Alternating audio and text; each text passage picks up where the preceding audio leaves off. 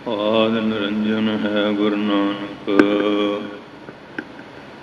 ਧਾਰ ਕੇ ਮੂਰਤ ਹੈ ਜਗ ਆਇਓ।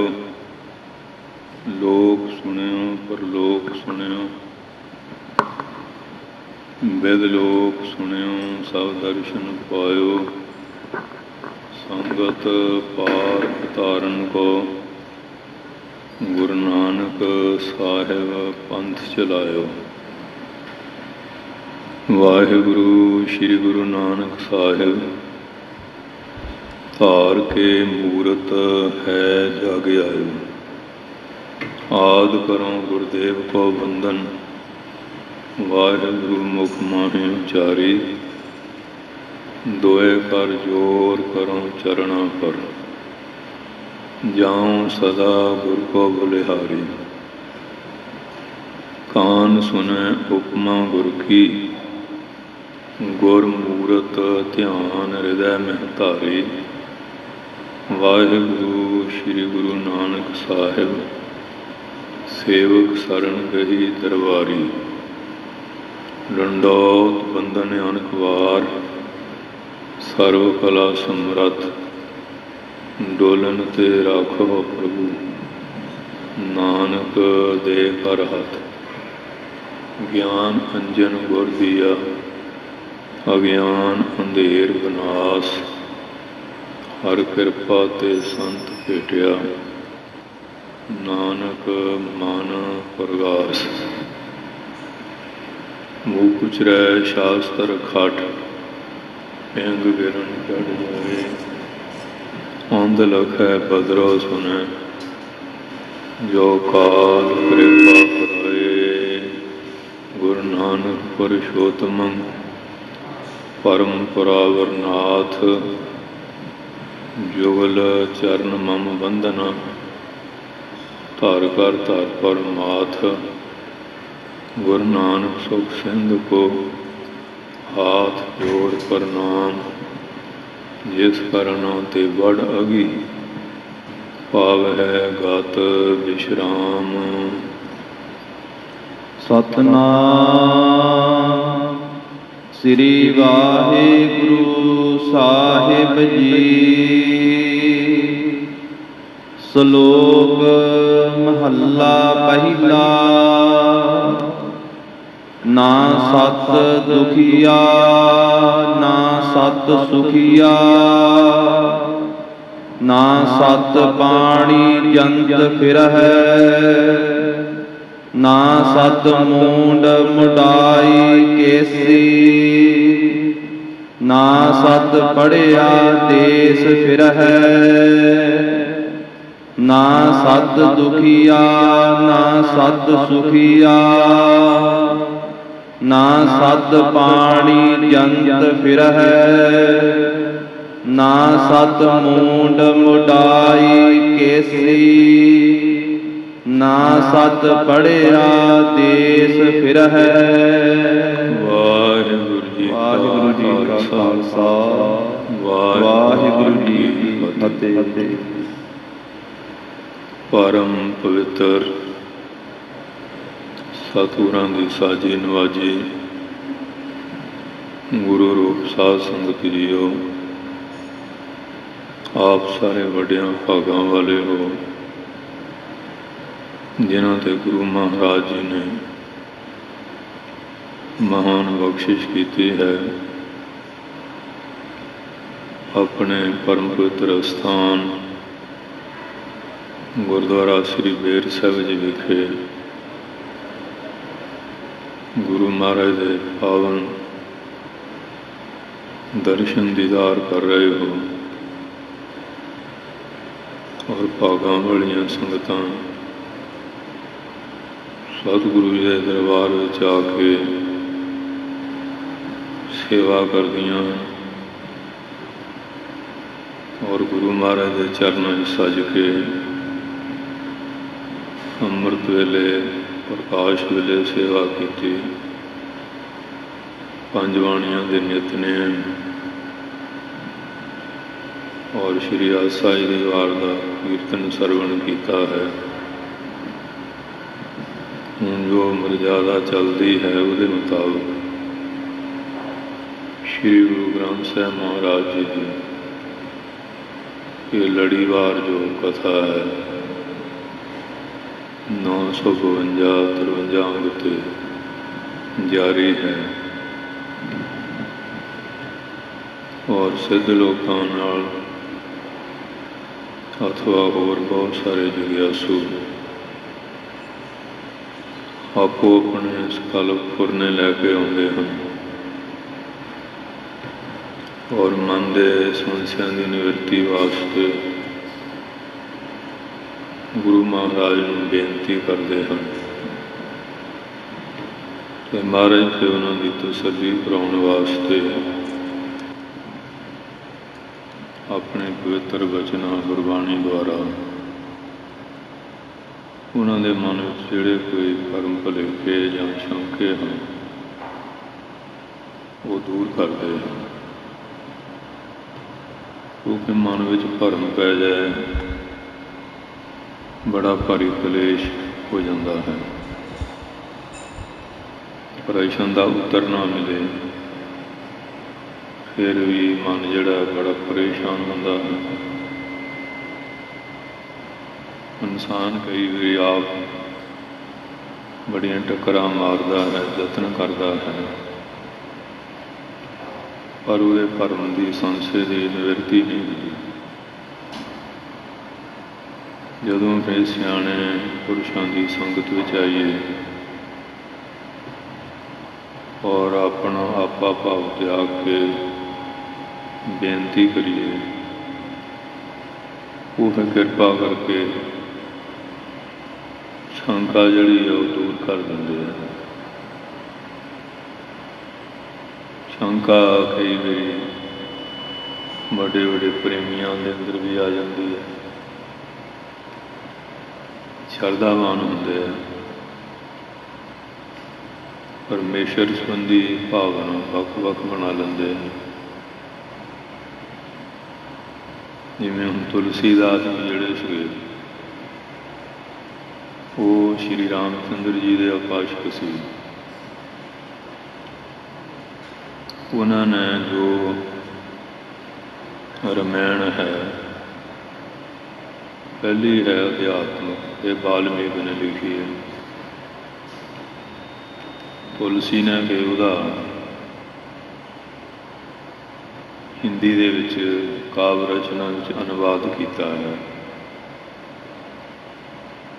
कि सनातनी लोगों में इस वेले तुलसी रामायण का प्रभाव काफ़ी है, क्योंकि आम बंदा पढ़ लेंदा है, उसका पाठ भी करते हैं।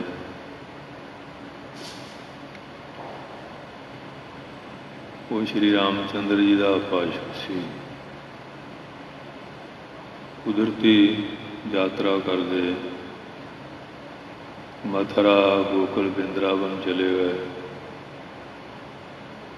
अयोध्या के इलाके श्री रामचंद्र जी का प्रभाव है। इत्थे कृष्ण जी का इस इलाके ज़्यादा विचरे। उत्थे मंदिर ज़्यादा कृष्ण जी दी मूर्तियां। अयोध्या श्री रामचंद्र जी का जिमें अपने गुरु साहब है, इत्थे दे लोग ज़्यादा फिर धन श्री गुरु नानक साहब जी का ही नाम जपते। गोंदवाल चल जाओ, उत्थे श्री गुरु अमरदास जी का। खडूर साहब चल जाओ, गुरु अंगद साहब जी। दरबार साहब श्री गुरु रामदास जी का। तरन ताਰਨ धन गुरु अर्जन साहब। ते इस तरह कीर्तपुर चल जाओ, पतालपुर 6वें 7वें 8वें का। आनंदपुर 9वें 10वें पातशाह जी का। या हजूर साहब पटना, उत्थे ज़्यादा 10वें पातशाह का ही लोग करते।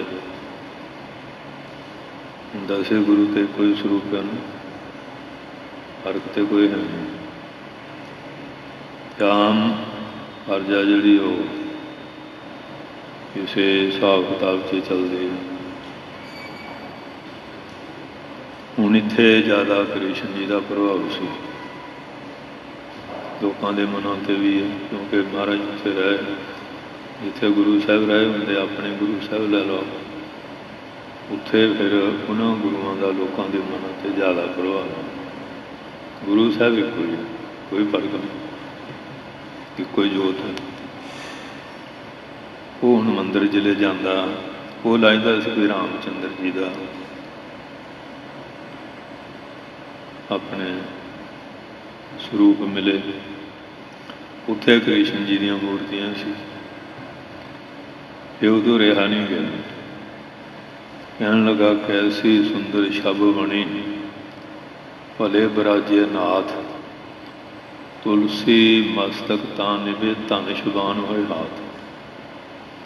ਕਹਿੰਦੇ ਕੈਸੀ ਸੁੰਦਰ ਛਬੀ ਬਣੀ ਹੋਈ ਹੈ, ਬਹੁਤ ਸੋਹਣਾ ਰੂਪ ਰੰਗ ਆਕਾਰ ਬਣਾਇਆ ਹੋਇਆ, ਤੇ ਨਾਥ ਚੰਗੀ ਤਰ੍ਹਾਂ ਬਰਾਜੇ ਹੋਏ ਹੈ। ਉਹ ਹੁਣ ਰਾਮ ਚੰਦਰ ਜੀ ਦਾ ਪਾਸ਼ਕ ਸੀ। ਕਹਿੰਦਾ ਤੁਲਸੀ ਦਾ ਮੱਥਾ ਤਾਂ ਝੁਕੇ ਹੋਏ ਜੇ ਧਨ ਸ਼ੁਬਾਨ ਹੱਥ ਵਿੱਚ ਹੋਵੇ। ਕਿੱਡਾ ਪੰਡਿਤ ਗਿਆਨੀ ਧਿਆਨੀ ਸੀ, ਵਿਦਵਾਨ ਸੀ, ਤੇ ਹਾਲੇ ਦ੍ਰਿਸ਼ਟੀ ਇੱਕ ਸਰੂਪ ਤੇ ਟਿਕੀ ਹੋਈ ਹੈ। ਤੇ ਜਿਸ ਵੇਲੇ ਐਸਾ ਹੋਇਆ ਤੇ ਕ੍ਰਿਸ਼ਨ ਜੀ ਨੇ ਕਹਿੰਦੇ ਸ਼੍ਰੀ ਰਾਮ ਚੰਦਰ ਜੀ ਦਾ ਸਰੂਪ ਧਾਰ ਲਿਆ।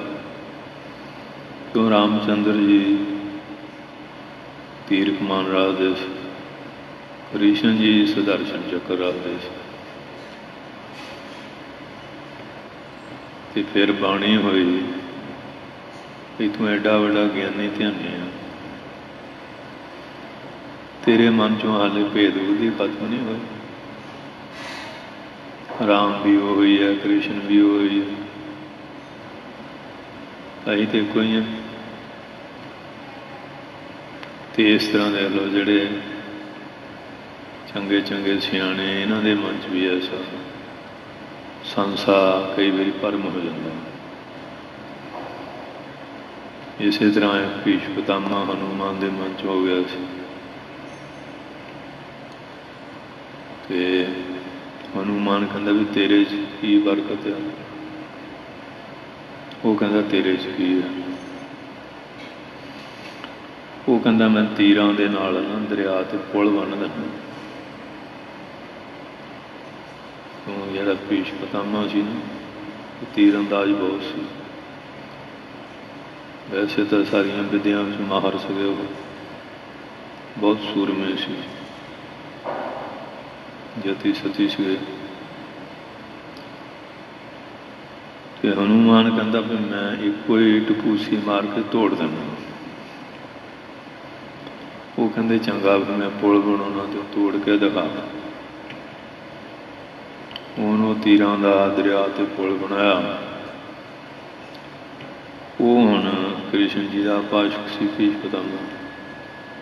ਉਹ ਅਰਦਾਸ ਕਰਦਾ, ਕ੍ਰਿਸ਼ਨ ਜੀ ਮੇਰਾ ਜਿਹੜਾ ਪੁਲ ਟੁੱਟੇ, ਤੇ ਹਨੂੰਮਾਨ ਜਿਹੜਾ ਰਾਮ ਚੰਦਰ ਜੀ ਦਾ ਸੀ, ਉਹ ਕਹਿੰਦਾ ਵੀ ਮੈਂ ਟਪੂਸੀ ਮਾਰਾਂ ਪੁਲ ਟੁੱਟ ਜਾ।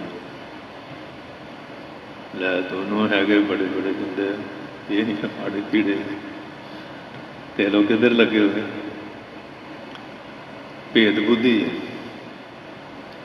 ਉਹ ਰਾਮ ਚੰਦਰ ਜੀ ਦਾ ਪਾਸ਼ਕ ਆ, ਉਹ ਕ੍ਰਿਸ਼ਨ ਜੀ ਦਾ ਪਾਸ਼ਕ ਆ। ਬੰਦੇ ਦੋਨੋਂ ਬੜੇ ਸੂਝਵਾਨ ਆ, ਪਰ ਇੱਥੇ ਭੇਦ ਬੁੱਧੀ ਆ। ਉਹ ਪੜਦਾ ਜਿਹੜਾ ਅਗਿਆਨਤਾ ਦਾ, ਉਹਦੇ ਕਰਕੇ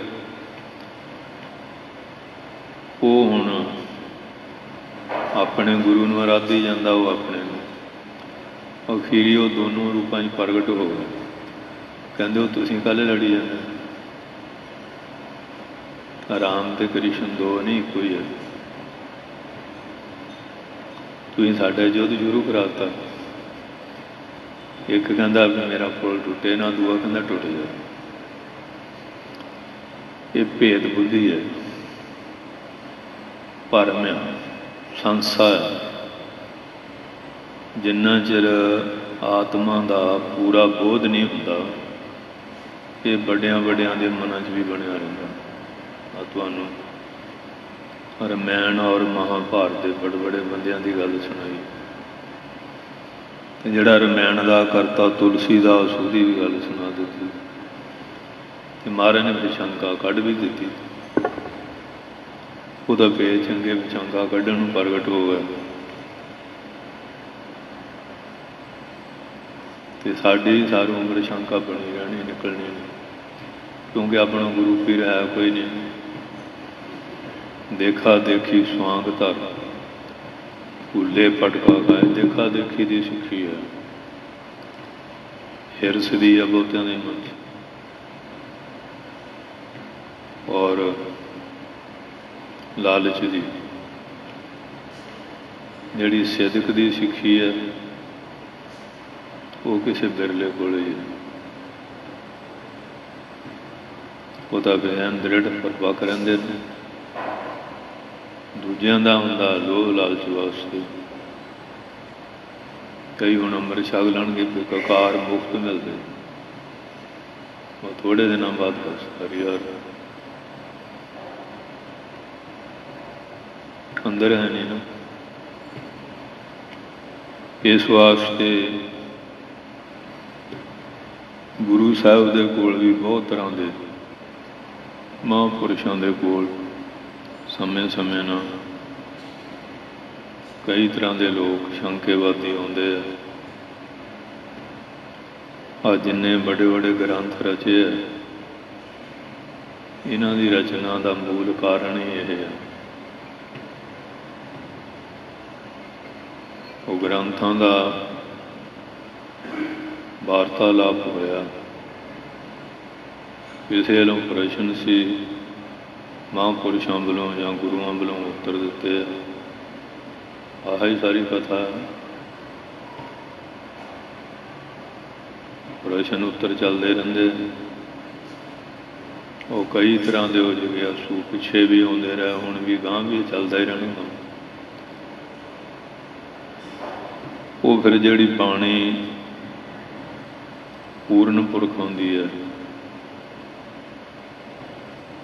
ਉਹਦੇ ਦੁਆਰਾ ਸੰਤੁਸ਼ਟੀ ਹੋ ਜਾਂਦੀ ਹੈ।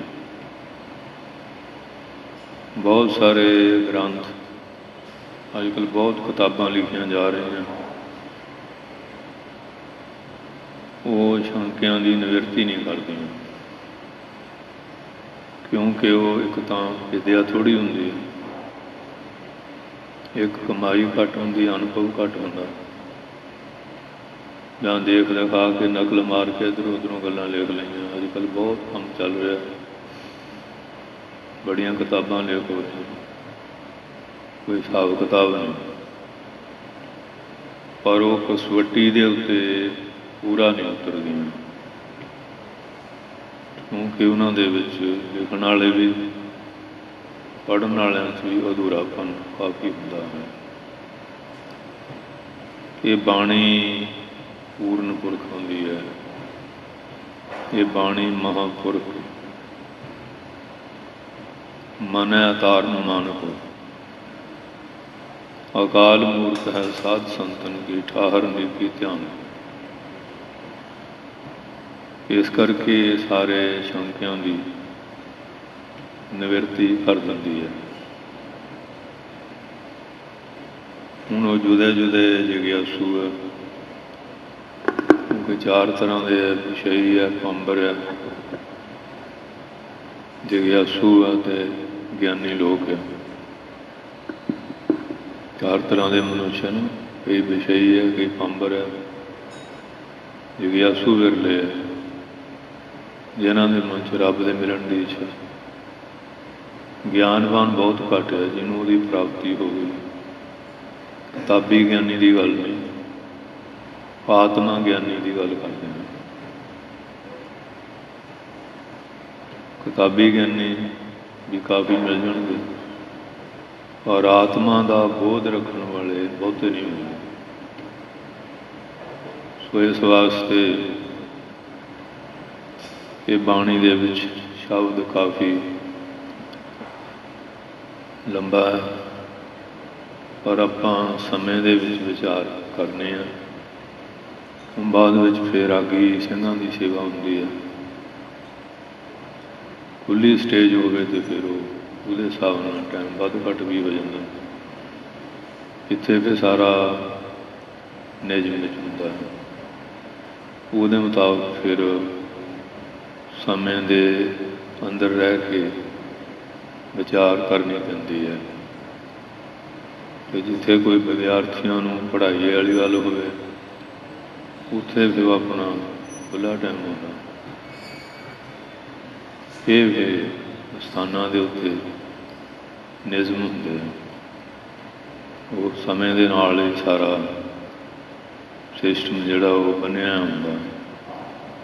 ਸੋ ਆਓ ਮਨ ਬਿਰਤੀ ਦੀ ਇਕਾਗਰਤਾ ਲਈ, ਰਸਨਾ ਦੀ ਪਵਿੱਤਰਤਾ ਵਾਸਤੇ ਗੱਜ ਵੱਜ ਕੇ ਬੋਲੋ ਸਤਿਨਾਮ। ਸਤਿਨਾਮ ਸ੍ਰੀ ਵਾਹਿਗੁਰੂ ਸਾਹਿਬ ਜੀ। ਸ਼ਲੋਕ ਮਹੱਲਾ ਪਹਿਲਾ।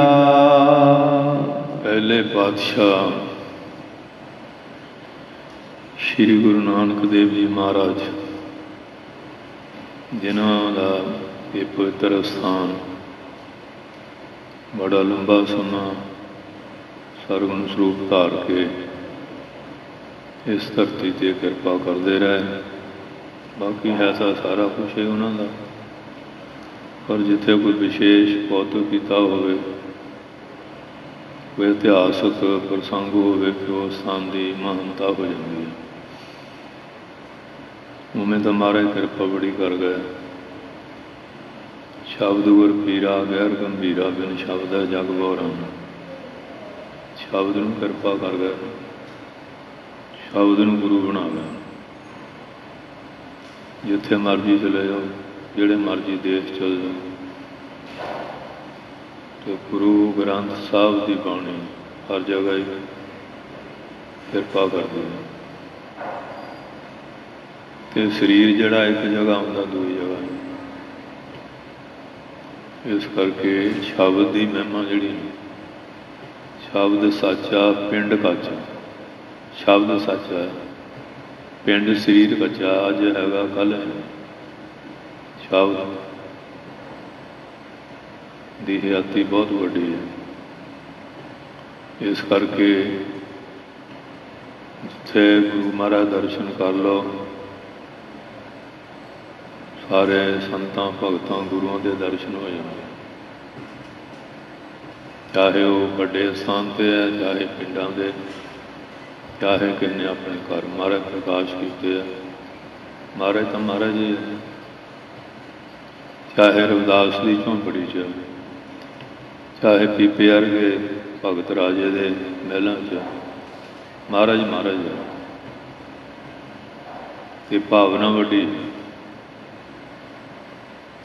ਜੇ ਭਾਵਨਾ ਨਹੀਂ, ਭਾਵੇਂ ਸੋਨੇ ਦੇ ਮੰਦਿਰਾਂ 'ਚ ਵੀ, ਫਿਰ ਵੀ ਆਪਾਂ ਕੁਝ ਪ੍ਰਾਪਤ ਨਹੀਂ ਕਰਾਂਗੇ। ਜੇ ਭਾਵਨਾ ਵੱਡੀ ਹੈ, ਅਤੇ ਰਵਿਦਾਸ ਦੀ ਝੌਂਪੜੀ 'ਚ ਵੀ ਮਹਾਰਾਜ ਉਹ ਹੋਈ, ਉਹਨੂੰ ਉੱਥੋਂ ਸਭ ਕੁਝ ਲੈ ਲਿਆ।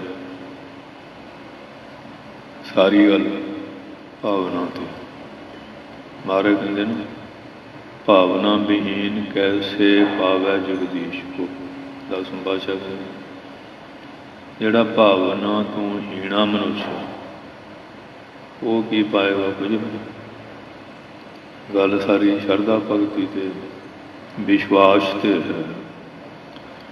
ਸੋ ਪਹਿਲੇ ਪਾਤਸ਼ਾਹ ਜੀ, ਉਹਨਾਂ ਦੀ ਰਸਨਾ ਤੋਂ ਇਹ ਸਦੀਆਂ ਪਹਿਲਾਂ ਬਾਣੀ ਉਹਨਾਂ ਜਗਿਆਸੂਆਂ ਲਈ ਉਚਾਰੀ। ਅੱਜ ਸਾਡੇ ਮਨ ਦੇ ਵੀ ਸ਼ੰਕੇ ਦੂਰ ਕਰਦੀ, ਸਾਨੂੰ ਵੀ ਤੋਂ ਬੜਾ ਲਾਭ ਹੁੰਦਾ ਹੈ। ਅਤੇ ਮਹਾਰਾਜ ਕਿਰਪਾ ਕਰਦੇ ਹਨ। ਨਾ ਸਤ ਦੁਖੀਆ, ਨਾ ਸਤ ਸੁਖੀਆ।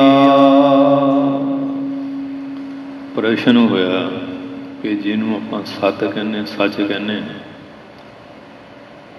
ਇਹ ਸੁਖੀ ਰਹਿਣ ਵਾਲੇ ਮਨੁੱਖ ਨੂੰ ਮਿਲਦਾ ਜਾਂ ਦੁਖੀ ਵਾਲੇ ਨੂੰ ਮਿਲਦਾ? ਸੱਤ ਦੀ ਪ੍ਰਾਪਤੀ ਕੌਣ ਕਰਦਾ? ਮਹਾਰਾਜ ਕਹਿੰਦੇ, ਨਾ ਤਾਂ ਸੁਖੀ ਬੰਦਾ ਇਹਨੂੰ ਪ੍ਰਾਪਤ ਕਰ ਸਕਦਾ, ਨਾ ਦੁਖੀ ਕਰ ਸਕਦਾ। ਉਹ ਸਾਰਾ ਹੁਣ ਗਿਣ ਗਿਣ ਕੇ ਦੱਸਣਗੇ ਇਕੱਲੇ ਇਕੱਲੇ। ਪ੍ਰਸ਼ਨ ਚੱਲ ਰਿਹਾ ਹੈ। ਹਾਂਜੀ, ਨਾ ਸਤ ਪਾਣੀ ਜੰਤ ਫਿਰਹਿ, ਤੇ ਨਾ ਸਾਧੂ ਉਹ ਪ੍ਰਾਪਤ ਕਰ ਸਕਦੇ। ਬਹੁਤ ਸਾਰੇ 42 ਲੱਖ ਜੀਵ ਪਾਣੀ 'ਚ ਘੁੰਮੀ ਜਾਂਦੇ, ਜਾਂ ਕਈ ਮਨੁੱਖ ਪਾਣੀ 'ਚ ਜਲ ਧਾਰਾ ਕਰਦੇ। ਇਹ ਜਲ ਧਾਰਾ ਕਰਨੇ ਨਾਲ ਸੱਤ ਦੀ ਪ੍ਰਾਪਤੀ ਹੋ ਜਾਏ। ਤੇ ਜਾਂ ਹਰ ਵੇਲੇ ਪਾਣੀ 'ਚ ਰਹਿਣ ਨਾਲ ਜਲ ਕੇ ਮਜਨ ਜੀਵਤ ਹੋਵੇ, ਨਿਤ ਨਿਤ ਮੇਂਢਕ ਨਾਵੈ। ਉਹ 24 ਘੰਟੇ ਵਿੱਚੋਂ ਹੀ ਹੈ। ਆਪਾਂ ਦਾ ਚੁੱਭਾ ਲਾਇਆ ਨਿਕਲਿਆ, ਤੌਲੀ ਨਾਲ ਪਿੰਡਾ ਸਾਫ਼ ਕੀਤਾ, ਇਹ ਬਾਤਰ ਪਾ ਲਿਆ। ਉਹ 24 ਘੰਟੇ ਵਿੱਚ ਭਾਵੇਂ ਉਹ ਵੱਡੇ ਵੱਡੇ ਤੀਰਥ 'ਤੇ ਰਹਿ ਰਹੇ ਆ, ਜਾਂ ਕੋਈ ਵੱਡੇ ਸਰੋਵਰ ਵਿੱਚ ਰਹਿੰਦੇ ਆ, ਮੱਛੀਆਂ ਡੱਡੂ ਜਿਹੜੇ ਆ ਉਹ ਉੱਥੇ ਦੇ ਉੱਥੇ ਹੀ ਆ। ਮੱਛੀਆਂ ਜਾਲਾ ਖਾਈ ਜਾਂਦੇ ਆ, ਡੱਡੂ ਆਪਣਾ ਕਰੀ ਜਾਂਦੇ, ਉਹਨਾਂ ਨੂੰ ਇਸ ਗੱਲ ਨਾਲ ਕੋਈ ਨਹੀਂ। ਇਸ ਕਰਕੇ ਕਹਿੰਦੇ ਜਾਂ ਉਹ ਪਾਣੀ ਜਿਹੜੇ ਪਾਣੀ ਵਿੱਚ ਜੀਵ ਜੰਤੂ 42 ਲੱਖ ਹੈ, ਅਤੇ ਜਾਂ ਕੋਈ ਜਲ ਧਾਰਾ ਕਰਨ ਵਾਲੇ, ਜੇ ਕਹੀਏ ਵੀ ਉਹਨਾਂ ਨੂੰ ਸੱਤ ਦੀ ਪ੍ਰਾਪਤੀ ਕਈ ਵਾਰੀ ਹੋਮੇ ਹੋ ਜਾਂਦੀ ਹੈ। ਅਤੇ ਲੋਕ ਵੀ ਬੜਾ ਵਾਹਵਾ ਕਰਦੇ, ਦੇਖੋ ਜੀ ਇਹ ਪੋਹ ਮਾਘ ਦਾ ਮਹੀਨਾ, 101 ਗਾਗਰ ਪਾਣੀ ਦੀ ਨਾਲ ਇਸ਼ਨਾਨ ਕਰ ਰਿਹਾ।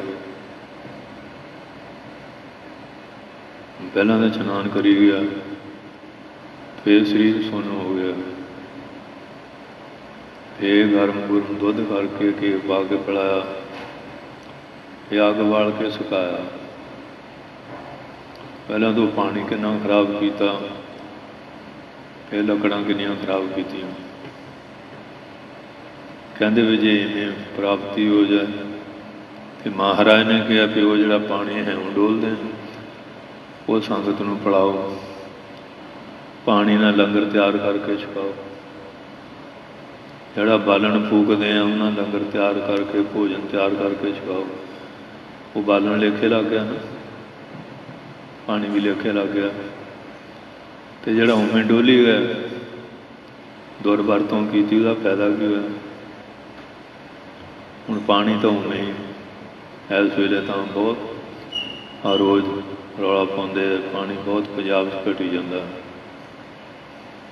ਹੁਣ ਝੋਨੇ ਦੀ ਜਿਹੜੀ ਬਿਜਾਈ ਆ ਉਹ ਇਸ ਢੰਗ ਨਾਲ ਕਰੋ, ਪਾਣੀ ਘੱਟ ਦੇਣਾ ਪਏ, ਥੱਲੇ ਬਹੁਤ ਜਾਈ ਜਾਂਦਾ, ਕਾਫੀ ਚਰਚਾ ਚੱਲਦੀ ਰਹਿੰਦੀ। ਅਸੀਂ ਪਾਣੀ ਦੀ ਦੁਰਵਰਤੋਂ ਵੀ ਬਹੁਤ ਕਰਦੇ ਹਾਂ ਬਿਨਾਂ ਮਤਲਬ। ਹੁਣ ਮਾਈਆਂ ਕੱਪੜੇ ਧੋਂਦੀਆਂ ਨਹੀਂ, ਬਸ ਬਾਲਟੇ ਭਰ ਭਰ ਰੋੜੀ ਜਾਂਦੇ ਆ। ਕਿਸੇ ਨੇ ਹੱਥ ਮੁੱਕੀ ਤਾਂ ਲਾਉਣੀ ਨਹੀਂ ਨਾ, ਅੱਜ ਕੱਲ੍ਹ ਕੇ ਰੋੜੀ ਜਾਂਦੀ। ਉਹ ਪਾਣੀ ਗੰਦਾ ਬਣਾ ਕੇ ਮੱਛਰ ਪੈਦਾ ਕਰਨ ਲਈ ਛੱਪੜ ਬਣਾਈ ਜਾਂਦੇ, ਕਦਰ ਨਹੀਂ ਕਰਦੇ। ਪਹਿਲਾ ਪਾਣੀ ਜਿਉ ਹੈ ਜਿਤ ਹਰਿਆ ਸਭ ਹੋਏ, ਇਹਦੀ ਕਦਰ ਨਹੀਂ ਕਰਦੇ। ਜੇ ਬੂਟੇ ਸੁੱਕਦੇ ਆ, ਉਹ ਬਾਲਟੀ ਉੱਥੇ ਨਹੀਂ ਪਾਉਣੀ, ਪਾਸੇ ਡੋਲਣ। ਗੱਜ ਕੇ ਬੋਲੋ ਵਾਹ। ਕਦਰ ਨਹੀਂ, ਕਿਉਂਕਿ ਇਹ ਉਹਦੀ ਕਿਰਪਾ ਨਾਲ ਮਿਲਿਆ। ਜਿਨ ਦੀਆ ਤੁਧ ਪਵਨ ਅਮੋਲਾ, ਜਿਨ ਦੀਆ ਤੁਧ ਨੀਰ ਨਿਰਮੋਲ। ਇਹ ਤਾਂ ਬੜੀਆਂ ਕੀਮਤੀ ਚੀਜ਼ਾਂ,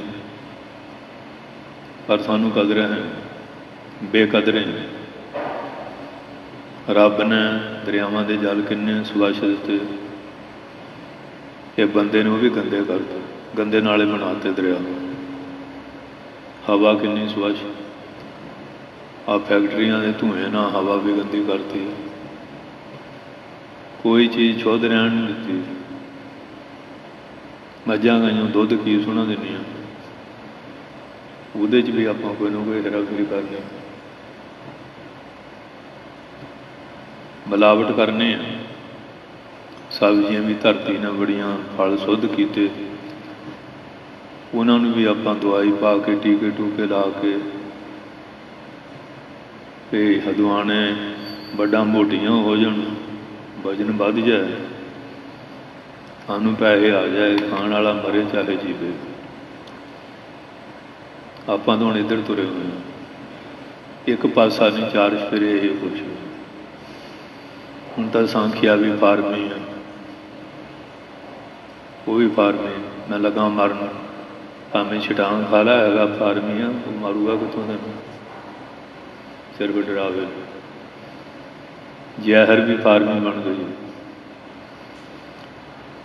ਇਸ ਕਰਕੇ ਮਹਾਰਾਜ ਕਹਿੰਦੇ ਆ, ਭਾਵੇਂ ਤੂੰ ਜਲ ਧਾਰਾ ਕਰੀ ਜਾ, ਇਵੇਂ ਵੀ ਸੱਤ ਦੀ ਪ੍ਰਾਪਤੀ ਨਹੀਂ ਹੁੰਦੀ ਹੈ। ਨਾ ਸਤ ਮੂੰਡ ਮੁਡਾਈ ਕੇਸੀ। ਆ ਕਈ ਮੂੰਹ ਸਿਰ ਮਨਾਈ ਫਿਰਦੇ, ਸ਼ੇਰਾਂ ਨੂੰ ਸਿੱਪੀ ਵਰਗੇ ਬਣਾਏ ਹੋਏ। ਕਬੀਰ ਸਾਹਿਬ ਕਹਿੰਦੇ ਮੂੰਡ ਮਟਾਈਏ ਜੋ ਸਿੱਧ ਪਾਈਏ।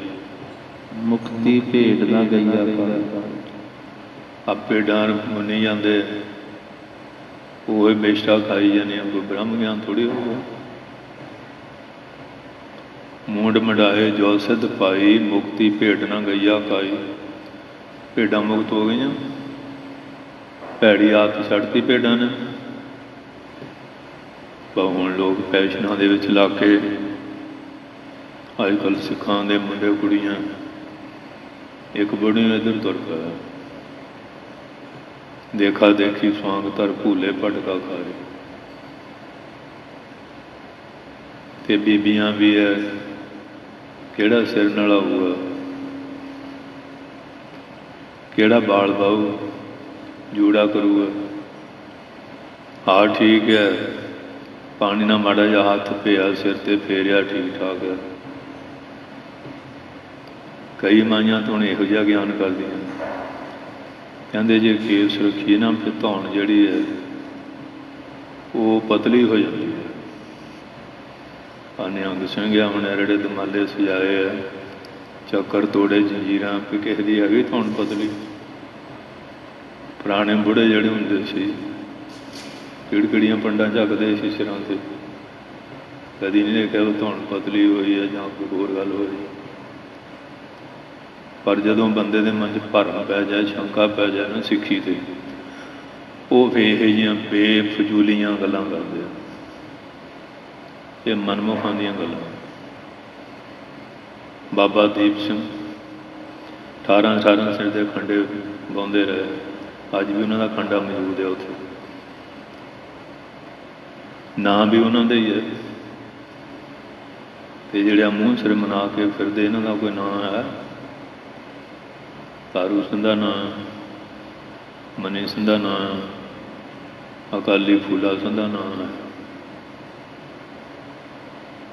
ਇਸ ਵਾਸਤੇ ਹੁਣ ਦੱਸਦੇ ਆ, ਫਿਰ ਪੜ੍ਹੋ।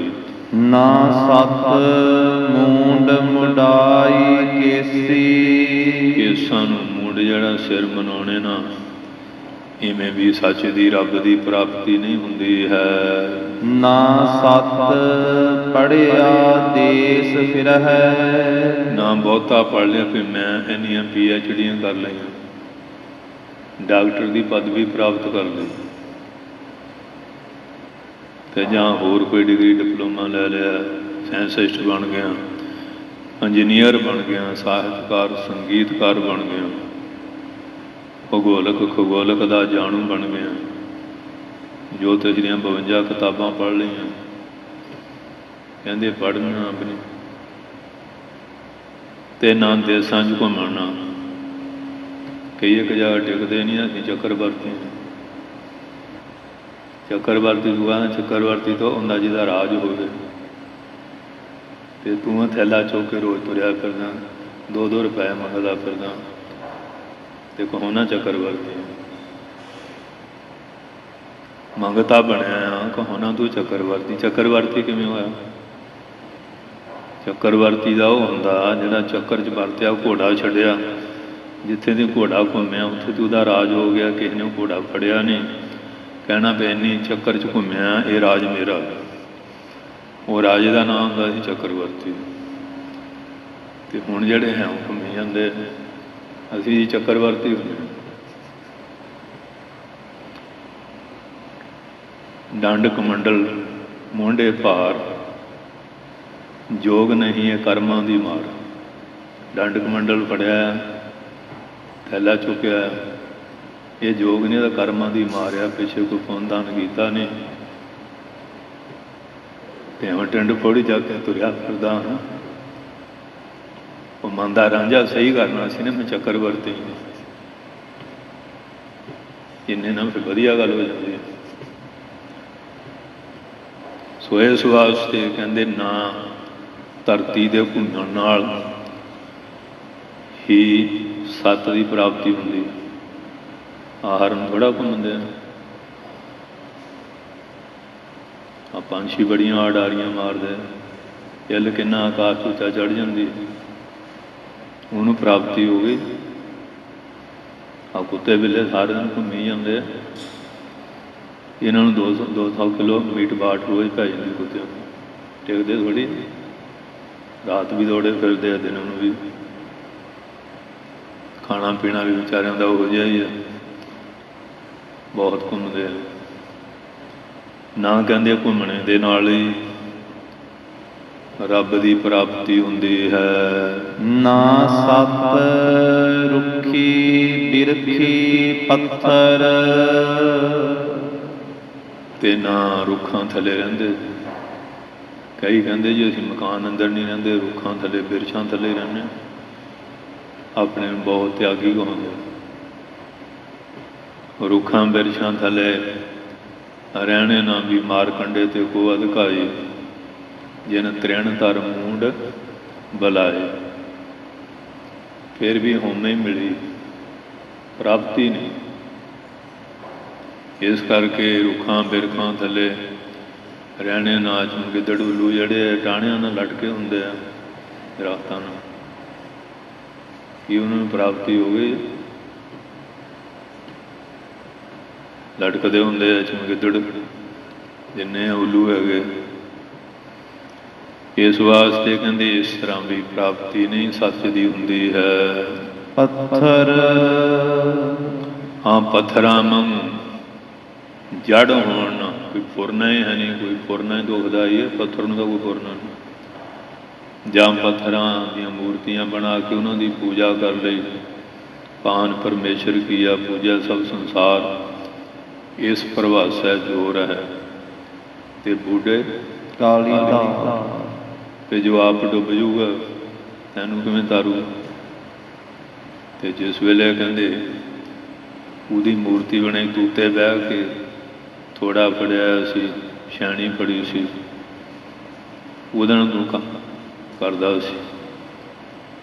ਗੜ ਨਹਾਰੇ ਖਾਓ,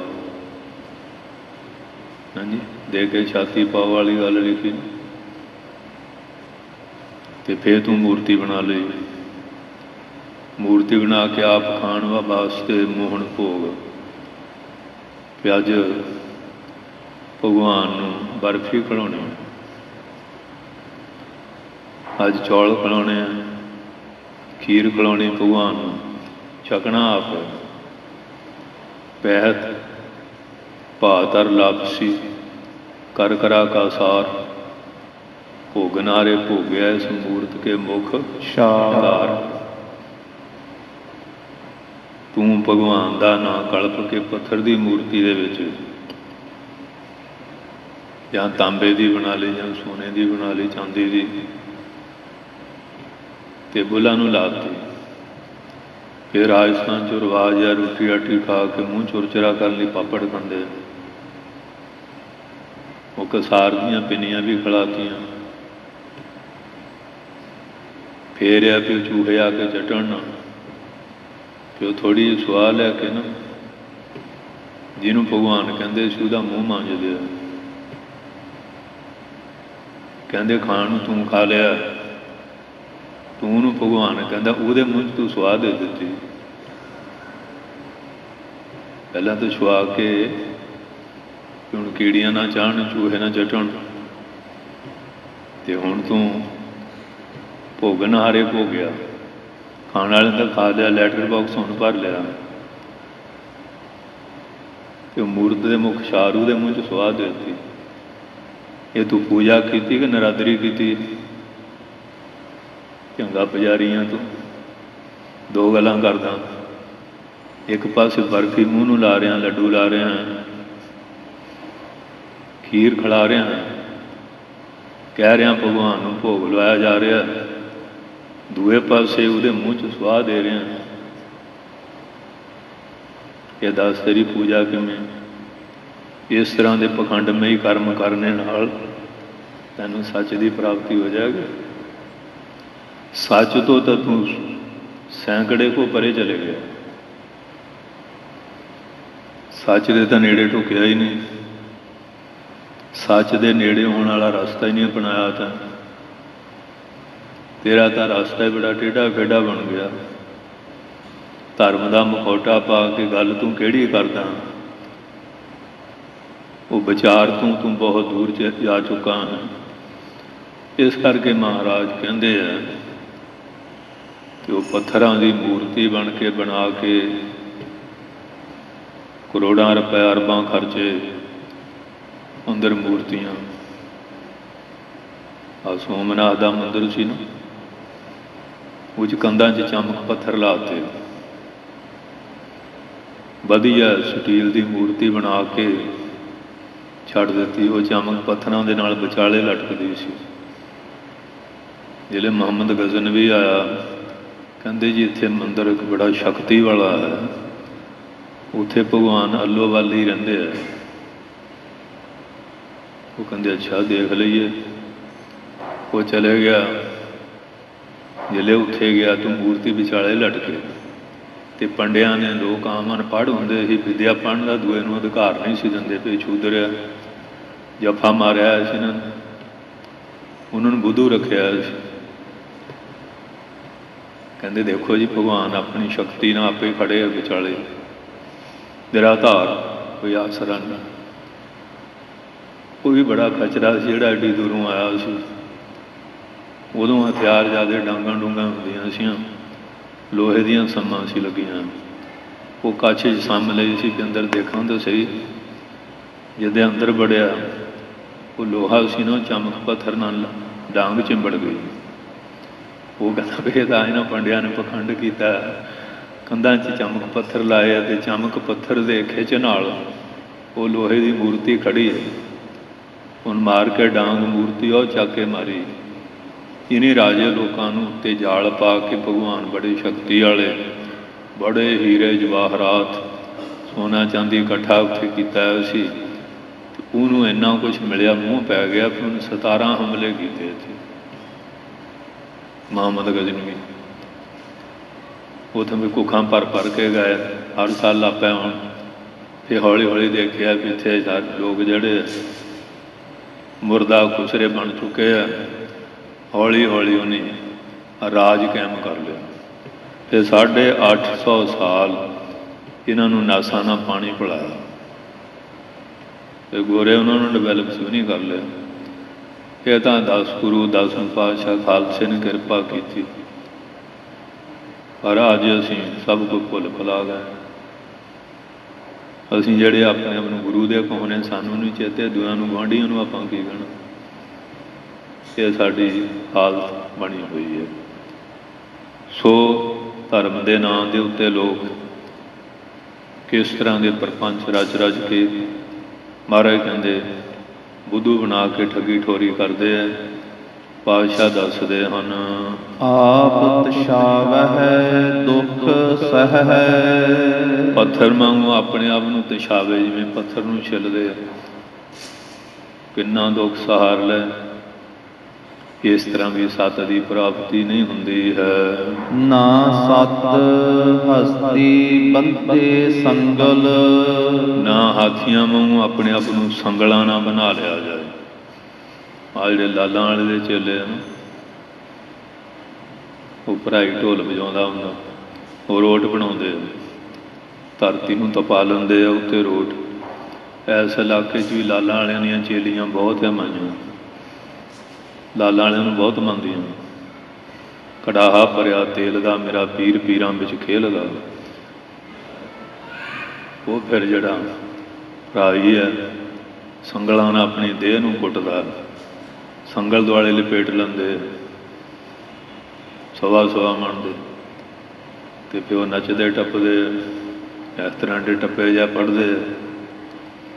ਇਸ ਕਰਕੇ ਕਹਿੰਦੇ ਹਾਥੀ ਨੂੰ ਜਿਵੇਂ ਸੰਗਲਾਂ ਨਾਲ ਬੰਨ੍ਹਿਆ, ਇਸ ਤਰ੍ਹਾਂ ਆਪਣੇ ਆਪ ਨੂੰ ਸੰਗਲਾਂ ਨਾਲ ਵੀ ਬਣਾ ਲੈ।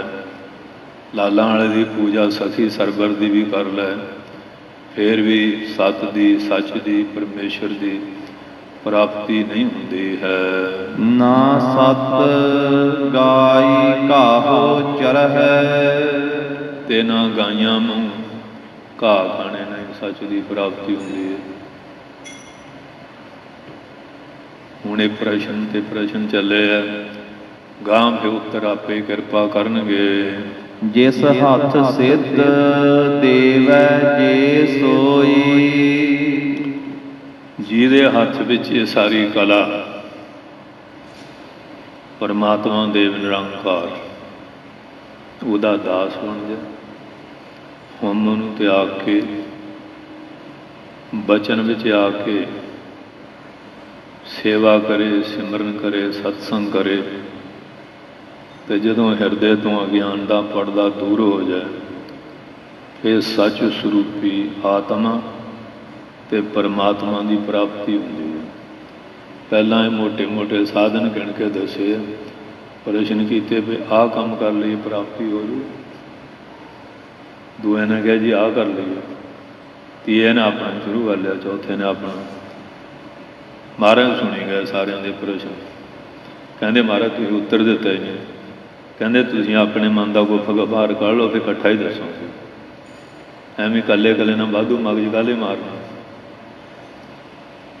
ਇੱਕ ਤਾਂ ਚਾਬੀ ਹੁੰਦੀ ਹੈ ਨਾ, ਇਕੱਲੇ ਜਾਂਦੇ ਨੂੰ ਖੋਲ੍ਹਦੀ ਹੈ। ਇੱਕ ਮਾਸਟਰ ਚਾਬੀ ਹੁੰਦੀ, ਆਹ ਨਟਾਂ ਵਾਲਿਆਂ ਕੋਲ ਵੀ ਹੁੰਦੀ ਨਾ, ਮਕੈਨਿਕ ਜਿਹੜੇ। ਇੱਕ ਤੋਂ ਚਾਬੀਆਂ ਇਕੱਲੇ ਨਟ ਨੂੰ ਲੱਗਦੀਆਂ, ਸਾਈਕਲਾਂ ਵਾਲੇ ਵੀ ਰੱਖਦੇ। ਉਹ ਮਾਸਟਰ ਚਾਬੀ ਉਹ ਸਾਰੇ ਨਟਾਂ ਨੂੰ ਲੱਗ ਜਾਂਦੀ, ਉਹ ਸਾਰਿਆਂ ਦਾ ਹੀ ਬਣਾਇਆ ਹੁੰਦੇ ਖਾਨੇ ਜਿਹਾ। ਮਹਾਰਾਜ ਕਹਿੰਦੇ ਵੀ ਇਕੱਲੇ ਨਾ ਕੀ ਗੱਲ ਕਰਨੀ ਆ, ਤੁਸੀਂ ਸਾਰੇ ਪਹਿਲਾਂ ਜਿੰਨੇ ਤੁਹਾਡੇ ਪ੍ਰਸ਼ਨ ਆ ਉਹ ਦੱਸ ਦਿਓ, ਬਸ ਫਿਰ ਤੁਹਾਨੂੰ ਇਕੱਠਾ ਹੀ ਉੱਤਰ ਸਾਰਿਆਂ ਨੂੰ ਦੇ ਦਿਆਂਗੇ। ਅਤੇ ਹੈਰਾਨ ਵੀ ਬੜੇ ਸੀ। ਉਹਨਾਂ ਨੂੰ ਬਹੁਤਿਆਂ ਨੂੰ ਤਾਂ ਪਹਿਲਾਂ ਇਹ ਸੀ ਨਾ ਵੀ ਮਹਾਰਾਜ ਨੂੰ ਪ੍ਰਸ਼ਨਾਂ 'ਚ ਉਲਝਾ ਲਈਏ। ਜੇ ਮਹਾਰਾਜ ਉੱਤਰ ਨਾ ਦੇ ਸਕਣਗੇ, ਉਹ ਸਿੱਧਾ ਨੂੰ ਵੀ ਆਪਾਂ ਇਹਨਾਂ ਨੂੰ ਗੋਰਖਨਾਥ ਦਾ ਚੇਲਾ ਬਣਾ ਦਿਆਂਗੇ। ਇਹ ਹੁੰਦੀ ਸੀ ਮਨ। ਅਤੇ ਇਹ ਲੋ ਬੰਦਾ ਕਿਵੇਂ ਚਤਰਾਈ ਕਰਦਾ, ਹੇਰਾ ਫੇਰੀ ਕਰਦਾ। ਰੱਬ ਦੇ ਨਾਲ ਵੀ ਲੋਕ ਹੇਰਾ ਫੇਰੀਆਂ ਕਰਦੇ। ਬੰਦਾ ਸ਼ੈਤਾਨੀ ਬਹੁਤ ਕਰਦਾ ਨਾ। ਉਹ ਮਾਲਵੇ ਦੇ ਸੀ, ਕਹਿੰਦੇ ਵੀ ਮਹਾਰਾਜ ਛੁੱਟੀ ਦਿੰਦੇ ਨਹੀਂ 10 ਪਾਤਸ਼ਾਹ, ਆਪਾਂ ਕੋਈ ਤਰੀਕਾ ਕਰੀਏ। ਇਹ ਕਿਹੜਾ ਰੋਜ਼ ਯੁੱਧ ਜੰਗ ਲੜੇ ਇੱਥੇ, ਅਤੇ ਇਹੀ ਤਾਂ ਅਸੀਂ ਮੌਜਾਂ ਲਵਾਂਗੇ। ਖੀਰ ਪੂੜੇ ਮਿਲਦੇ ਆ, ਕੜਾਹ ਪ੍ਰਸ਼ਾਦ ਮਿਲਦਾ। ਉਹਨੇ ਇੱਕ ਤਰੀਕਾ ਕੱਢ ਲਿਆ। ਇੱਕ ਬੰਦੇ ਨੂੰ ਨਾ ਮੰਜੇ 'ਤੇ ਪਾ ਲਿਆ, ਉੱਤੇ ਕਫਨ ਪਾ ਤਾ, ਅਤੇ ਫੰਗਾਂ ਦੀ ਮੁੱਠੇ ਜਿਹਾ ਬੰਨ ਲਏ। ਇੱਕ ਫੰਗਾਂ ਦਾ ਚੌਰ ਬਣਾ ਕੇ ਅਤੇ ਫੁੱਲੀਆਂ ਉੱਤੋਂ ਪੈਸੇ ਜਿਹੇ ਰਲਾ ਕੇ ਸੁੱਟਣ ਲੱਗ ਪਏ। ਰਾਮ ਰਾਮ ਸਤ ਹੈ, ਰਾਮ ਰਾਮ ਸਤ ਹੈ। ਮਹਾਰਾਜ ਜਾਣੀ ਜਦੋਂ ਆਵਾਜ਼ ਸੁਣੀ, ਮਹਾਰਾਜ ਕਹਿੰਦੇ ਆਵਾਜ਼ ਕਿੱਧਰੋਂ ਆਉਂਦੀ? ਅਤੇ ਜਥੇਦਾਰ ਊਧਮ ਸਿੰਘ, ਆਲਮ ਸਿੰਘ ਮਹਾਰਾਜ ਦੇ ਸਿਆਣੇ ਗੁਰਸਿੱਖ, ਕਹਿੰਦੇ ਦੇਖੋ ਭਾਈ, ਕਹਿੰਦੇ ਮਹਾਰਾਜ ਕੋਈ ਬੰਦਾ ਚੜ੍ਹਾਈ ਕਰ ਗਿਆ। ਮਹਾਰਾਜ ਕਹਿੰਦੇ ਪਤਾ ਲਓ, ਇਹ ਦੱਸਿਆ ਹੀ ਨਹੀਂ। ਇਹ ਆਪਣਾ ਵੀ ਤਾਂ ਸਿੰਘਿਆ ਨਾ, ਆਪਣਾ ਵੀ ਫਰਜ਼ ਸੀ ਉਹਦੀ ਕਿਰਿਆ ਕਰਨੀ, ਕਰਾਉਣੀ। ਸਗੋਂ ਅਸੀਂ ਆਪਣੀ ਦੇਖ ਰੇਖ 'ਚ ਕਰਾਉਂਦੇ।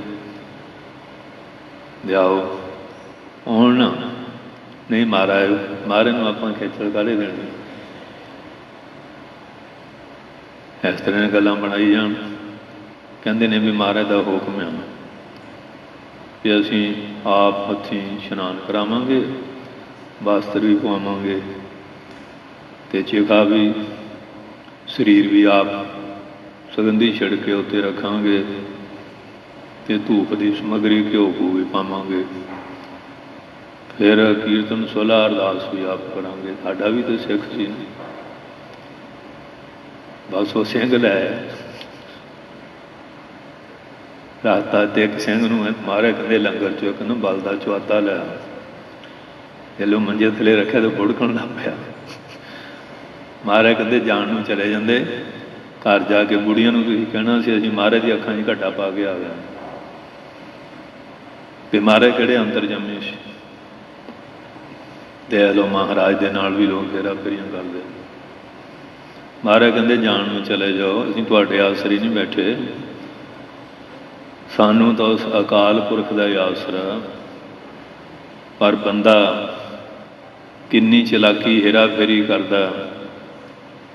ਜਿਹੜੇ ਗੁਰੂ ਤੋਂ ਦਾਤ ਲੈਣੀ ਹੈ, ਬਹੁਤ ਸਿਆਣਪ ਜਮ ਕਾ ਭਉ ਵਿਆਪੈ, ਚਤਰਾਈ ਨਾ ਚਤਰ ਭੁਜ ਪਾਈਏ। ਸਹਿ ਸਿਆਣਪਾਂ ਲੱਖ ਹੋਏ ਤਾਂ ਇੱਕ ਨਾ ਚੱਲੈ ਨਾਲ। ਪਰ ਬੰਦਾ ਦੇਖ ਲਓ ਗੁਰੂ ਮਹਾਰਾਜ ਦੇ ਨਾਲ ਵੀ ਸ਼ੈਤਾਨੀ ਹੇਰਾ ਫੇਰੀ ਕਰਨੀ ਚਾਹੁੰਦਾ, ਬਹੁਤ ਸ਼ਰਮਿੰਦੇ ਹੋਏ। ਮਹਾਰਾਜ ਕਹਿੰਦੇ ਜਾਣ ਨੂੰ ਚਲੇ ਜਾਓ, ਘਰ 'ਚ ਤੁਸੀਂ ਸੱਥਾਂ 'ਚ ਬਹਿ ਕੇ ਗੱਲਾਂ ਕਰਨੀਆਂ ਸੀ। ਮਹਾਰਾਜ ਕਿਹੜੇ ਅੰਤਰਜਾਮੀ ਹੈ। ਇਹ ਗੁਰੂ ਨਾਨਕ ਦੀ ਗੱਦੀ ਦੇ ਉੱਤੇ ਅਟੈਕ ਕਰਨ ਵਾਲੀ ਗੱਲ ਸੀ ਤੁਹਾਡੀ, ਤਾਂ ਅਸੀਂ ਇਹ ਸਾਰਾ ਦੱਸਿਆ। ਇਸ ਤਰ੍ਹਾਂ ਦੇ ਹਲੋ ਬੰਦਾ ਹੇਰਾ ਫੇਰੀ ਕਰਦਾ। ਤੇ ਮਹਾਰਾਜ ਦੱਸਦੇ ਹਨ, ਜਿਸ ਹੱਥ ਸਿੱਧ ਦੇਵੈ ਜੇ ਸੋਈ। ਇਹ ਸਿੱਧੀ, ਇਹ ਕਰਾਮਾਤ, ਇਹ ਬਰਕਤ ਉਸ ਪਰਮਾਤਮਾ ਦੇ ਹੱਥ ਹੈ। ਜਿਹੜਾ ਭਾਈ ਲਹਿਣਾ ਧੰਨ ਗੁਰੂ ਅੰਗਦ ਸਾਹਿਬ ਵਾਂਗੂ ਆਪਣੀ ਹੋਂਦ ਮਿਟਾ ਕੇ ਗੁਰੂ ਘਰ ਦੀ ਸੇਵਾ ਕਰਦਾ ਹੈ। ਜਿਸ ਨੂੰ ਦੇ ਤਿਸ ਆਏ ਮਿਲੈ। ਕੀਤੇ ਕਿਰਪਾ ਕਰਦਾ, ਇਹ ਦਾਤ ਪੂਰਾ ਗੁਰੂ ਮਿਲਦਾ, ਉਹਦੇ ਦੁਆਰਾ ਇਹ ਦਾਤ ਉਹਨੂੰ ਮਿਲਦੀ, ਆਪਣੀ ਚਤਰਾਈ ਨਾਲ ਨਹੀਂ ਮਿਲਦੀ। ਚਲਾਕੀ ਦੇ ਨਾਲ ਚੁਸਤ ਚਲਾਕ ਬਣ ਕੇ ਨਹੀਂ ਮਿਲਦੀ। ਦੁਨੀਆ ਇੱਕ ਦੂਏ ਨਾਲ ਚਲਾਕੀ ਕਰਕੇ, ਬਹੁਤੀ ਚੁਸਤੀ ਕਰਕੇ ਕੋਈ ਧਨ ਮਾਲ ਪ੍ਰਾਪਤ ਕਰਦੇ। ਪਰ ਇਹ ਜਿਹੜੀ ਆਤਮਾ ਵਸਤੂ ਸੱਚ ਦੀ ਪ੍ਰਾਪਤੀ ਦੀ ਦਾਤ, ਇਹ ਚੁਸਤੀਆਂ ਨਾਲ, ਚਲਾਕੀਆਂ ਨਾਲ, ਹੇਰਾ ਫੇਰੀਆਂ ਨਾਲ ਮਿਲਣ ਵਾਲੀ ਨਹੀਂ। ਇੱਥੇ ਤਾਂ ਆਪਣੇ ਹਉਮੈ ਨੂੰ ਤਿਆਗਣਾ ਪੈਂਦਾ। ਅਕਲ ਇਹ ਨਾ ਆਖੀਏ ਅਕਲ ਗਵਾਈ ਹੈ ਬਾਤ। ਉੱਥੇ ਤਾਂ ਆਪਣੀ ਅਕਲ ਦੀ ਹਉਮੈ ਛੱਡ ਕੇ ਮਨ ਦੀ ਮਤ, ਮਨ ਕੀ ਮਤ ਤਿਆਗੋ ਭਾਈ ਇਹਾ ਬਾਤ ਕਠਿਨੀ। ਇਹ ਗੱਲ ਹੈ ਕਠਿਨ ਬੜੀ, ਫਿਰ ਪ੍ਰਾਪਤੀ ਹੁੰਦੀ ਹੈ। ਪੂਰਾ ਹੋ ਗਿਆ ਵੀ ਪੜ੍ਹਦੇ ਹੋ। ਨਾਨਕ ਤਾ ਕਉ ਮਿਲੈ ਵਡਾਈ। ਪਾਤਸ਼ਾਹ ਕਹਿੰਦੇ ਸਿੱਧੋ, ਪਰਮੇਸ਼ਰ ਦੀ ਪ੍ਰਾਪਤੀ ਦੀ ਸਿੱਧੀ, ਆਤਮਾ ਗਿਆਨ ਪ੍ਰਾਪਤੀ ਦੀ ਵਡਿਆਈ ਉਸ ਗੁਰਮੁਖ ਨੂੰ ਮਿਲਦੀ ਹੈ। ਜਿਸ ਘਟ ਭੀਤਰ ਸ਼ਬਦ ਰਵੈ। ਜਿਹਦੇ ਘਟ ਹਿਰਦੇ ਵਿੱਚ ਹਰ ਵੇਲੇ ਸ਼ਬਦ ਦੀ ਧੁਨਕਾਰ ਚੱਲਦੀ ਰਹੇ, ਉਚਾਰਨ ਹੁੰਦਾ ਰਹੇ। ਕਿਉਂਕਿ ਫਿਰ ਸ਼ਬਦ ਦਾ ਸਿਮਰਨ ਕਰਦਾ, ਫਿਰ ਸ਼ਬਦ ਸਰੂਪ ਹੋ ਜਾਂਦਾ। ਬਾਣੀ ਸਤ ਸਰੂਪ ਹੈ, ਗੁਰਬਾਣੀ ਬਣੀ। ਜਿਹੜਾ ਹੁਣ ਆਪਾਂ ਸ਼ਬਦ ਜਪਦੇ ਹਾਂ ਵਾਰ-ਵਾਰ, ਉਹਦਾ ਮਤਲਬ ਅੰਦਰ ਹੋਰ ਸ਼ਬਦ ਬਹੁਤ ਇਹਦੇ ਵੜ ਗਿਆ। ਇੱਕ ਕੋ ਕੁਸੜਿਆ ਇਹਦੇ ਅੰਦਰ। ਸ਼ਬਦ ਜਪਦਿਆਂ ਜਪਦਿਆਂ ਸਾਰੇ ਫੁਰਨੇ ਜਦੋਂ ਮਿਟ ਜਾਂਦੇ ਆ, ਇੱਕੋ ਸ਼ਬਦ ਰਹਿ ਜਾਂਦਾ। ਫਿਰ ਸ਼ਬਦ ਦਾ ਮਾਲਕ ਪਰਮਾਤਮਾ ਪ੍ਰਗਟ ਹੋ ਜਾਂਦਾ। ਸਾਡੇ ਅੰਦਰ ਦਾ ਬਹੁਤ ਕੁਝ ਭਰਿਆ ਹੈ ਨਾ, ਕੂੜਾ ਕਬਾੜਾ। ਆਪਣੇ ਹਿਰਦੇ ਨੂੰ ਕੂੜੇਦਾਨ ਬਣਾਇਆ। ਹੁਣ ਮਹਾਰਾਜ ਅੰਦਰ ਪ੍ਰਕਾਸ਼ ਹੈ, 12 ਢੋਲ ਪ੍ਰਬੰਧਕਾਂ ਨੇ ਰੱਖੇ, ਉਹਨੂੰ ਕੂੜਾਦਾਨ ਕਹਿੰਦੇ। ਕਈਆਂ ਨੇ ਤਾਂ ਗੁਰਦੁਆਰੇ ਆ ਕੇ ਆਪਣਾ ਹਿਰਦਾ ਕੂੜੇਦਾਨ ਬਣਾ ਲੈਣਾ, ਜੋ ਬੁਰਾਈ ਇਕੱਠੀ ਕਰਕੇ ਇੱਥੋਂ ਲੈ ਜਾਣੀ। ਕਈਆਂ ਨੇ ਵੀ ਆਪਣੇ ਹਿਰਦੇ ਨੂੰ ਸ਼ੁੱਧ ਕਰਕੇ ਮਹਾਰਾਜ ਦਾ ਪ੍ਰਕਾਸ਼ ਕਰਨਾ, ਉਹ ਬਿਰਲੇ। ਸੋ ਇਸ ਵਾਸਤੇ ਸ਼ਬਦ ਰਵੈ, ਜਿਹਦੇ ਅੰਦਰ ਸ਼ਬਦ ਦੀ ਧੁਨਕਾਰ ਹਰ ਵੇਲੇ ਉਚਾਰਨ ਹੁੰਦੀ ਰਹਿੰਦੀ ਹੈ। ਜਿਵੇਂ ਕਬੀਰ ਸਾਹਿਬ ਦੀ ਅਵਸਥਾ ਬਣ ਗਈ ਸੀ ਨਾ, ਕਬੀਰ ਤੂੰ ਤੂੰ ਕਰਤਾ ਤੂੰ ਹੁਆ, ਮੁਝ ਮੈਂ ਰਹਾ ਨਾ ਹੂੰ। ਹੂੰ ਮੈਨੇ ਹੋਮੇ ਵਾਲਾ ਭਾਵ ਨਹੀਂ ਰਿਹਾ। ਜਦ ਆਪਾ ਫਰਕਾ ਮਿਟ ਗਿਆ, ਨਾ ਆਪਣੇ ਵਾਲੀ ਗੱਲ ਰਹੀ ਨਾ ਪਰਾਏ ਵਾਲੀ ਗੱਲ ਰਹੀ। ਸਾਰਿਆਂ 'ਚ ਆਤਮਾ ਚੇਤਨਾ ਪਰਮਾਤਮਾ ਦਿਸਣ ਲੱਗ ਪਿਆ। ਜਤ ਦੇਖਾਂ ਤਤ ਤੂੰ, ਜਿੱਧਰ ਵੀ ਗਿਆਨ ਦ੍ਰਿਸ਼ਟੀ ਨਾਲ ਦੇਖਦੇ ਆ ਨਾ, ਚਾਰ ਸਫੇਰੇ ਆਤਮਾ ਪਰਮਾਤਮਾ ਰੂਪੇ ਨਜ਼ਰ ਆਉਂਦਾ। ਇਹ ਅਵਸਥਾ ਗੱਲ ਕਰ ਲੈਣੀ ਤਾਂ ਸੌਖੀ ਹੈ, ਪਰ ਇਹਨੂੰ ਪ੍ਰਾਪਤ ਕਰਨ ਵਾਸਤੇ ਬਹੁਤ ਅਭਿਆਸ ਮਿਹਨਤ ਕਰਨੀ ਪੈਂਦੀ ਹੈ। ਉਹ ਮਹਾਂਪੁਰਖਾਂ ਦੀ ਆਸ਼ੀਰਵਾਦ ਦੀ ਲੋੜ ਪੈਂਦੀ। ਨੁਕਤਾ ਤਾਂ ਇੰਨਾ ਹੀ ਆ, ਪਰ ਇਹ ਨੁਕਤੇ 'ਤੇ ਪਹੁੰਚਣ ਵਾਸਤੇ ਕਮਾਈ ਬਹੁਤ ਕਰਨੀ ਪੈਂਦੀ। ਜਿਵੇਂ ਪਹਿਲਵਾਨ ਕੁਸ਼ਤੀ ਕਰਦੇ ਨਾ, ਇੱਕ ਖਿੰਚੇ ਚੱਕ ਕੇ ਉਲਾਰ ਕੇ ਮਾਰਿਆ ਉਹਨੂੰ, ਉਹ ਜਿਹੜਾ ਖਿੰਨ ਪਿੱਠ ਲਾਉਣ ਵਾਲਾ ਪਹਿਲਵਾਨ ਨੂੰ ਪਤਾ ਨਹੀਂ ਉਸਤਾਦਾਂ ਦੁਆਰਾ ਮਾਰ ਖਾ ਕੇ ਕਿੰਨੇ ਸਾਲ ਮਿਹਨਤ ਕਰਨੀ ਪਈ, ਫਿਰ ਉਹ ਖਿੰਨ ਮਿਲਿਆ। ਕਈ ਤਾਂ ਹੁਣ ਗਿਆਨੀ ਵੀ ਪੜ੍ਹ ਲੈਂਦੇ, ਇੱਕ ਚਿਤ ਜਨੇ ਇੱਕ ਖਿੰਨ 'ਤੇ ਆਇਓ ਕਾਲ ਪਾਸ ਕੇ ਬੀਚ ਨਾ ਆਇਓ। ਇਹ ਜਿਹੜਾ ਖਿੰਨ ਆ, ਇਹ ਪ੍ਰਾਪਤ ਕਰਨਾ ਤਾਂ ਬਹੁਤ ਔਖਾ। ਉਹ ਗੱਲ ਕਹਿ ਕੇ ਸਾਰ ਲੈ ਲਓ ਜੀ ਖਿੰਨ 'ਚ ਹੋ ਗਿਆ। ਇਹ ਖਿੰਨ ਪ੍ਰਾਪਤ ਕਰਨਾ ਬਹੁਤ ਔਖਾ, ਬੜੀ ਮਿਹਨਤ ਕਰਨੀ ਪੈਂਦੀ ਹੈ, ਬਹੁਤ ਅਭਿਆਸ ਕਰਨਾ ਪੈਂਦਾ, ਫਿਰ ਜਾ ਕੇ ਉਹ ਖਿੰਨ ਜਿਹੜਾ ਪ੍ਰਾਪਤ ਹੁੰਦਾ ਹੈ। ਸੋ ਇਸ ਕਰਕੇ ਸਤਸੰਗੀਓ, ਚੱਲ ਕਰ ਪੂਰੀਆਂ ਨੇ। ਸਭ ਘਟ ਮੇਰੇ ਹਉ ਸਭਨਾ ਅੰਦਰ। ਉਹ ਸਾਰਿਆਂ ਦੇ ਘਟ ਹਿਰਦਿਆਂ 'ਚ, ਸਾਡੇ ਅੰਦਰ ਵੀ ਉਹੀ ਹੈ, ਦੂਜਿਆਂ ਅੰਦਰ ਵੀ। ਅੰਤਰ ਬਾਹਰ ਇੱਕੋ ਰਵਿਆ, ਇਹ ਗੁਰ ਗਿਆਨ ਬਤਾਈ ਹੈ। ਜਿਸ ਹੈ ਖੁਆਈ ਤਿਸ ਕੌਣ ਕਹੈ। ਹਾਂ, ਜਿਹਦੇ 'ਤੇ ਉਹ ਕਿਰਪਾ ਕਰਦਾ, ਕੌਣ ਕਹਿ ਸਕਦਾ, ਕਿਵੇਂ ਕਰ ਸਕਦਾ। ਕਿਸੇ ਨੂੰ ਹਾਂਜੀ ਖਰਾਬ ਕਰ ਰਿਹਾ, ਕਿਸੇ 'ਤੇ ਬਖਸ਼ਿਸ਼ ਕਰ ਰਿਹਾ, ਹਾਂਜੀ ਇਹ ਸਾਰੀ ਕਲਾ ਉਹਦੇ ਹੱਥ ਵੱਸ ਵਿੱਚ ਹੈ। ਜਿਸ ਹੈ ਦਿਖਾਲਾ ਵਾਟੜੀ। ਜਿਹਨੂੰ ਉਹ ਰਸਤਾ ਦਿਖਾਲਣਾ ਚਾਹੇ ਦਿਖਾ ਦਿੰਦਾ ਹੈ। ਤਿਸ ਹੈ ਭੁਲਾਵੈ ਕੌਣ। ਕੋਈ ਭੁਲਾ ਨਹੀਂ ਸਕਦਾ। ਹਾਂਜੀ, ਭੁਲਾਉਣ ਦਾ ਯਤਨ ਥੋੜ੍ਹਾ ਕੀਤਾ।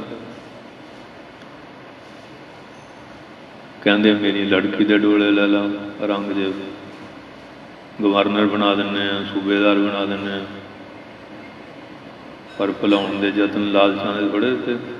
ਉਹ ਨਹੀਂ ਭੁੱਲੇ। ਹਾਰੇ ਫਰਾਲੇ ਮਤੀ ਦਾਸ, ਸਤੀ ਦਾਸ, ਦਿਆਲ ਦਾਸ, ਕਿੰਨੇ ਸੰਕਟ ਚੱਲ, ਕਿਉਂਕਿ ਰਸਤਾ ਅਸਲੀ ਦਿਖਾ ਦਿੱਤਾ।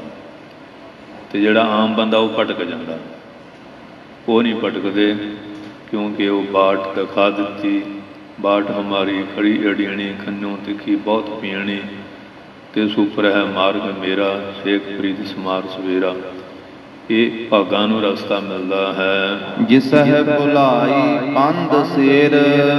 ਜਿਨ੍ਹਾਂ ਨੂੰ ਇਹ ਪੰਧ ਰਸਤਾ ਭੁਲਾ ਦਿੰਦਾ ਹੈ। ਤਿਸ ਹੈ ਦਿਖਾਵੇ ਕੌਣ। ਉਹਨਾਂ ਨੂੰ ਫਿਰ ਦਿਖਾ ਵੀ ਕੌਣ ਸਕਦਾ। ਹੁਣ ਕ੍ਰਿਸ਼ਨ ਮਹਾਰਾਜ ਦੁਰਯੋਧਨ ਨੂੰ ਥੋੜ੍ਹੀ ਮੱਤ ਦਿੰਦੇ ਰਹੇ, ਪਰ ਉਹਦੀ ਖੋਪਰੀ ਐਸੀ ਪੁੱਠੀ ਸੀ, ਉਹ ਨਹੀਂ ਕਿਸੇ ਲੈਣ 'ਤੇ ਆਇਆ।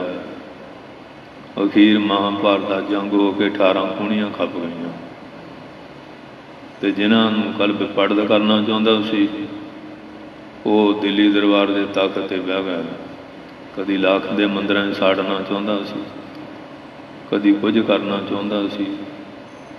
ਥੋੜ੍ਹੇ ਪੁੱਠੇ ਢੰਗ ਭੰਗ ਵਰਤੇ ਉਸਨੇ, ਔਰ ਮਹਾਰਾਜ ਆਪ ਜਾ ਜਾ ਕੇ ਸਿੱਖਿਆ ਦਿੰਦੇ ਰਹੇ, ਸਮਝਾਉਂਦੇ ਰਹੇ। ਪਰ ਉਹ ਜਿਸ ਨੂੰ ਆਪ ਖੁਆਏ ਕਰਤਾ ਅਤੇ ਖੁਸ ਲੈ ਚੰਗਿਆਈ, ਉਹਦੇ ਵਿੱਚ ਚੰਗੇ ਗੁਣ ਖੋਲ੍ਹਣ ਦਾ ਨਾ ਪੁੱਠੇ ਪਾਸੇ ਤੁਰਦਾ। ਉਹ ਬੰਦੇ ਦੇ ਸਮਝਾ ਕੀ ਸਮਝਣਾ, ਮਹਾਰਾਜ ਆਪ ਸਮਝਾਉਂਦੇ ਰਹੇ, ਨਹੀਂ ਲੈਣ 'ਤੇ ਆਇਆ। ਫਿਰ ਉਹ ਕਰਮਾਂ ਦਾ ਫਲ ਭਾਈ ਭੋਗਣਾ ਪੈਂਦਾ ਹੈ। ਇਹ ਸ਼ਬਦ ਦੀ ਵਿਚਾਰਧਾਰਾ ਆਪ ਸਾਰਿਆਂ ਨੇ ਸਰਵਣ ਕੀਤੀ ਹੈ। ਹਾਲੇ ਸ਼ਬਦ ਜਾਰੀ ਹੈ, ਕਿਉਂਕਿ ਸਮਾਂ ਪੂਰਾ ਹੋ ਗਿਆ। ਅੱਗੇ ਵੀ ਹੋਰ ਕਾਫੀ ਮਹਿੰਗੇ ਪ੍ਰਸ਼ਨ ਹੈਗੇ ਆ, ਇੰਨੀਆਂ ਬੇਨਤੀਆਂ ਪ੍ਰਵਾਨ ਕਰਨੀਆਂ। ਆਈ ਸੰਗਤ ਨੂੰ ਜੀ ਆਇਆਂ। ਸਾਰਿਆਂ ਦਾ ਬਹੁਤ ਬਹੁਤ ਧੰਨਵਾਦ। ਪ੍ਰਬੰਧਕਾਂ ਦਾ, ਸਮੂਹ ਸੇਵਾਦਾਰਾਂ ਦਾ ਵੀ ਧੰਨਵਾਦ। ਮਹਾਰਾਜ ਮਿਹਰ ਕਰਨ, ਨਾਮਦਾਨ, ਸਿੱਖੀ ਦਾਨ, ਭਰੋਸਾ, ਤੰਦਰੁਸਤੀ ਬਖਸ਼ਿਸ਼ ਕਰਨ ਔਰ ਪੰਥ ਵਿੱਚ ਏਕਤਾ, ਇਤਫਾਕ, ਪਿਆਰ, ਚੜ੍ਹਦੀ ਕਲਾ ਬਖਸ਼ਿਸ਼ ਕਰਨ। ਵਾਹਿਗੁਰੂ ਜੀ ਕਾ ਖਾਲਸਾ, ਵਾਹਿਗੁਰੂ ਜੀ ਕੀ ਫਤਿਹ।